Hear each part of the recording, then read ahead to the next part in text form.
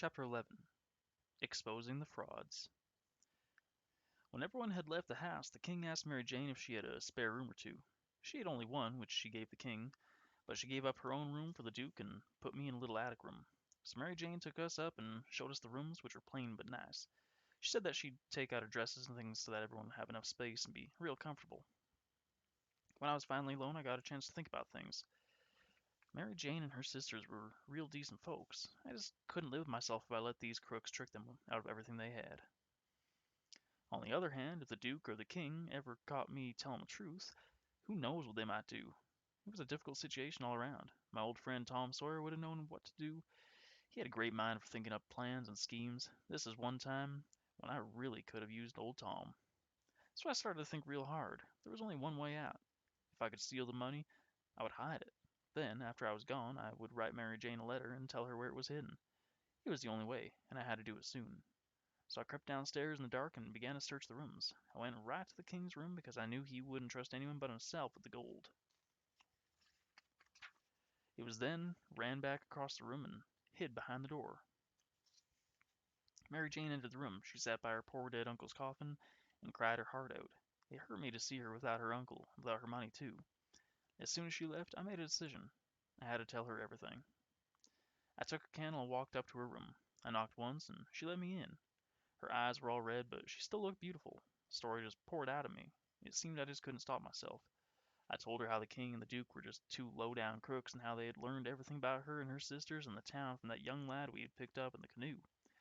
She looked real upset and was about to begin crying again, but I told her that her money was safe and that she could rest easy. Of course, I couldn't bear to tell her that I had hidden it in her uncle's coffin, so I decided to wait with that part of my story. Next, I made a promise not to breathe a word of what I had told her until it was safe. We had to expose the frauds first, and I had just a plan to do it.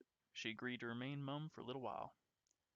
I knew I'd need some time to get away myself and to get back to the raft and Jim, but of course I couldn't tell her all this, so all I said was, "It's a rough gang.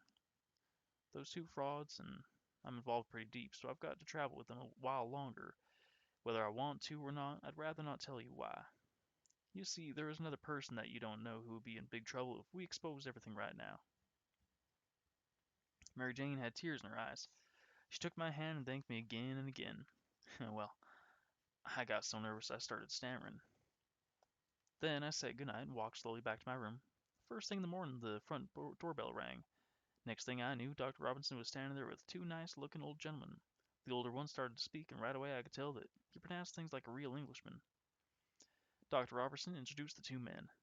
"Here are the real brothers of Peter Wilkes. They just arrived today. Their journey was interrupted by a storm at sea. These men are not impostors, and they have proof of their identity." I couldn't believe my eyes. This saved me a lot of trouble, for I hadn't thought of a real good way yet to prove that the king and the duke were fakes. But the two crooks just froze there and looked the Englishman right square in the eyes. Then the king stood up real straight and said, "Storm at sea, my foot. You can't discredit us. We are the true heirs to the fortune." I couldn't believe the nerve of these two. In a few minutes a whole crowd had gathered around the house. Mary Jane kept her promise to me and didn't say a thing, although I could see she was busting to tell all that she knew. Next thing, the town lawyer showed up. He demanded proof of identity from the two Englishmen, but it seemed that in the storm, some of the Englishmen's baggage had been lost, and they were still waiting for a steamboat to come with the proper documents. This gave the king more fuel for his fire, and he went on and on about how these men were the impostors and that no one could possibly believe such a wild story as theirs. Then the white-haired gentleman from England asked the king a simple question. "Tell me now, tell me now, if you are really Peter Wilkes's brother, what sort of tattoo did Peter have on his chest?" The king thought a minute, then said, "It was a tiny blue arrow." The gentleman turned to the undertaker and said, "There, you've heard what he said. Was there any such mark on Peter Wilkes's chest?" The undertaker shook his head and said, "Why, no. I never saw a blue arrow." "Good," said the gentleman. "Now, I'll tell you. My brother had the initials P.B.W. tattooed on his chest. They were tattooed there when he was just a lad. But the undertaker said he didn't recall seeing any marks at all on Peter Wilkes's chest. Well, everyone was in a state now. They were whopping and hollering at once. They're both frauds.